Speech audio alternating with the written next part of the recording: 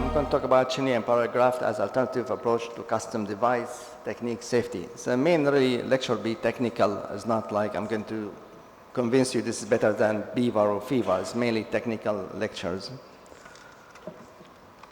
I'm going to talk about aortic arch aneurysms, thoracic abdominal, juxtarenal, and aortoiliac aneurysms.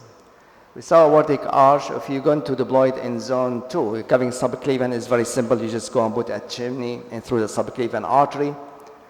Sometimes it's better to do a periscope because this will not interfere with your landing zone proximally, and again, you allow access to the abdominal vessels in the future if you're going to do more intervention in the lower extremities. But the problem with periscope is a longer chimney than if you do it in antegrade manner. If you go to zone 1, then you have to do 2 chimney, one to common carotid and one to the subclavian, and it's better to do the subclavian and periscope to decrease the number of chimneys and the proximal landing zone. Or if you can do a hybrid, do carotid subclavian bypass, and you do like chimney to the common carotid. The problem if you go to zone 0, then mostly you have to end with a 3 chimney, one for brachiocephalic, one common carotid, and one periscope to the subclavian artery. Or if the ascending aorta is wide, then you have to do a sandwich technique. You deploy it first the ascending stent graft, then you do your chimneys, and then you do your TVAR irregular technique. And this is how it looks if you're going to repair the ascending and arch aneurysm with a chimney technique.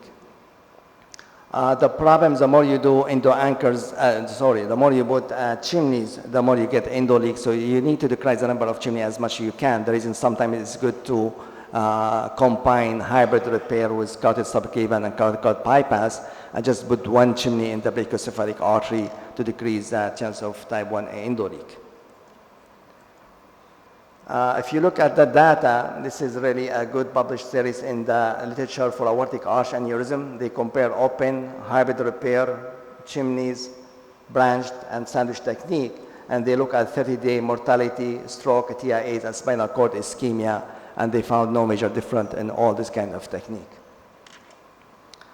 What about thoracoabdominal aortic aneurysms, how we do them? First, the aortic arch has to be type 1 or type 2. If you have type 3, it'll be very hard to do it. Both subclavian artery has to be open. You still have to have a proximal neck at least 15 millimeters, and the diameter of the landing zone should be less than 40 millimeters. First, we insert the thoracic aortic stent graft through the femoral approach, and we finish about 1 or 2 centimeters above the celiac axis. After that, from the left side, we put a 20 French sheath, and through the 20 French sheaths, we put 2 long sheaths, 9 centimeters, 7 French sheath. And from the right brachial, we go percutaneous, and we put 1 long sheath, 9 centimeters, 7 to 8 French sheath. We use different diagnostic catheter, depending on how the anatomy. You can use VERT, MB, IM, Bernstein, or Seaman catheters. First we use a glide wire, then we switch to the stiff wire, and most of the time we use a Rosen wire. And then we advance the sheath about 2 to 3 centimeters inside the target vessels. After that, we deploy the self-expandable cover stent. It has to be at least 1 millimeter bigger than target vessels. It has to be 2 centimeters inside the target vessels. Usually you need at least 6 centimeters inside the first thoracic endograft. So you need to overlap at least 6 centimeters between the graft and your chimney to decrease gutters leak. And usually we end using about 10 to 15 centimeter lengths of the cover stent. Then you do an EVAR, you deploy it below the lowest renal artery, and the diameter of the EVAR should be smaller than the size of the thoracic aorta, thoracic endograft. And then you cannulate the left renal, you would do cover stent there. And then you deployed your interposition cover stent, which is the TVAR, between both with 30% oversizing, and you need at least 5 centimeters overlying the self-expandable cover stent and 3 centimeters overlapping the EVAR. And all this number is very important to decrease the gutters leak. And then you deployed then you don't deploy your self-expandable cover stent, and you go and you ballooning your overlapping area. After you do all the ballooning, then you deploy your the cover stent, And if you use a Viaband, it's always advisable to put a self-expandable uncover stent inside the Viaband to give it some strength and to prevent any compressions. And we don't balloon the target vessels unless if the lumen compression more than 50%. This is a case which came patient with a pseudoaneurysm at level of celiac and SMA, so we put 2 chimney to celiac and SMA. This was a simple one really, and patient did fine. What about juxtarenal aneurysms? It's simpler than thoracoabdominal because you need only 2 chimneys. You need at least 2 millimeter minimum infrarenal neck length. So if you don't have 2 millimeter, you cannot do that. Then you have to go to the thoracoabdominal approach. The new neck should be at least 15 millimeters. So when you create the new neck now, if you do 1 chimney, the new neck 15 millimeters should be between the neck of the aneurysm and the highest renal. If you do 2 chimneys, and the new neck 15 millimeters should be between the neck of the aneurysm and the SMA. If you do 3 chimneys, then you need at least 2.5 centimeters. 15 millimeter will not be enough. If you go to 4 chimney, it'll be too much really, and mostly advisable to do like a combination of periscope with chimney, or you do a sandwich technique. Oversizing is very important. When you do a chimney, you need at least to oversize 30%. 20% is not enough. How we do the technique for the juxtarenal aneurysms, the same. We put first the self-expandable cover stent inside the target vessel, again 2 centimeters inside the target vessels and 1 millimeter bigger. Usually we end with 5 centimeter lengths of self-expandable cover stent, and we end just above the celiac artery. Then we deploy the EVAR, then we balloon the EVAR before we deploy the self-expandable stent, and finally we deploy self-expandable stent. And again, we put an self-expandable uncover metal stent inside the self-expandable cover stent. If you use balloon expandable cover stent, then you don't need to line it with a self-expandable uncover stent. The main problem, as we said, is type 1 endoleak. How we can decrease it? By lengthening the chimney graft. The more overlap will be better. As we said, you need at least 1.5 to 2 centimeters. The new overlap. Long proximal sealing zone, spiraling the cover stent to avoid gutters leak, terracing or sandwiching technique, and it's questionable which one better is balloon or self-expandable. There's still debate about that. This is a case with a very short neck and treat very nice with a 2 chimney, and patient did fine. If you still have a type 1 endoleak or gutter endoleak after you do a chimney, what you bail out, you can do reballooning. You can put larger balloon expandable stent. You can use extending your proximal zone by adding another chimney. You have to go a bit higher, or use a fever cuff.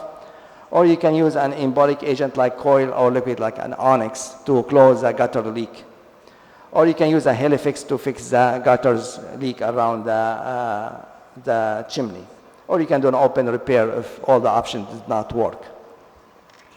But the good thing, the majority of the type 1 endoleak comes from the gutter will disappear, and only small number will require re-intervention. If you look at the Pericles registry, it is a collected work experience about the performance of chimney in the treatment of complex aortic pathology. They have 517 patients, 13 international centers, and they look at the primary patency of the chimney graft, and it was about 95.1%.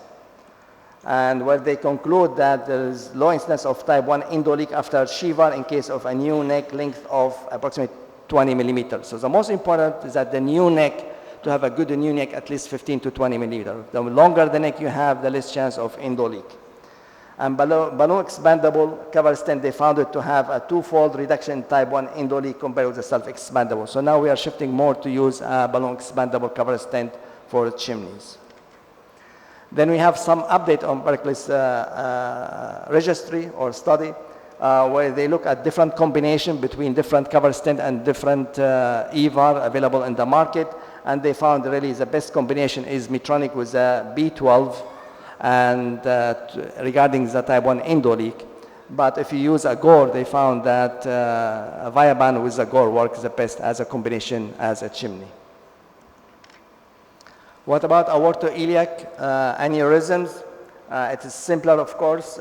First, we insert the main body of the bifurcated stent graft through a femoral approach, and we leave the distal end of the ipsilateral limb at least 10 to 20 millimeters above the hypogastric artery.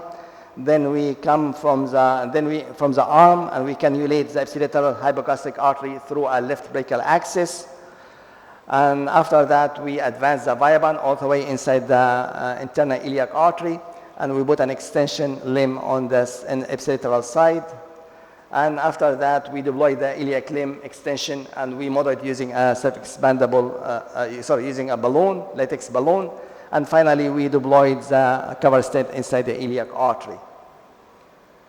And again, if you use a self-expandable stent, we put a bare metal stent inside. If you use balloon expandable stent, you don't need to do that.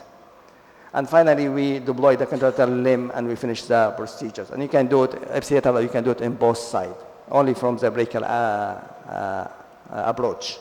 These are our cases. We have patients with bilateral iliac aneurysm and aortic aneurysm. We did it very well with bilateral chimney technique, and this is a follow-up. Another patient, bilateral iliac aneurysm, also treated with 2 chimneys on both sides and did well. So in conclusion, the parallel graft appeared to be a good addition to the endovascular option for treatment of complex aortic aneurysms. The sandwich technique has proven to be safe, long-lasting, and parallel to the custom device, but has the advantage of being off the shelf and can be used in emergency. Durable up to 3 years, we have data, mean follow-up. The best result if you have less than 2 chimney. The more you increase the chimney, the more you have problems. And the vessel has to be at least more than 4 millimeter, good result. And strict adherence to the step and technique is very essential to get good outcome. Thank you very much.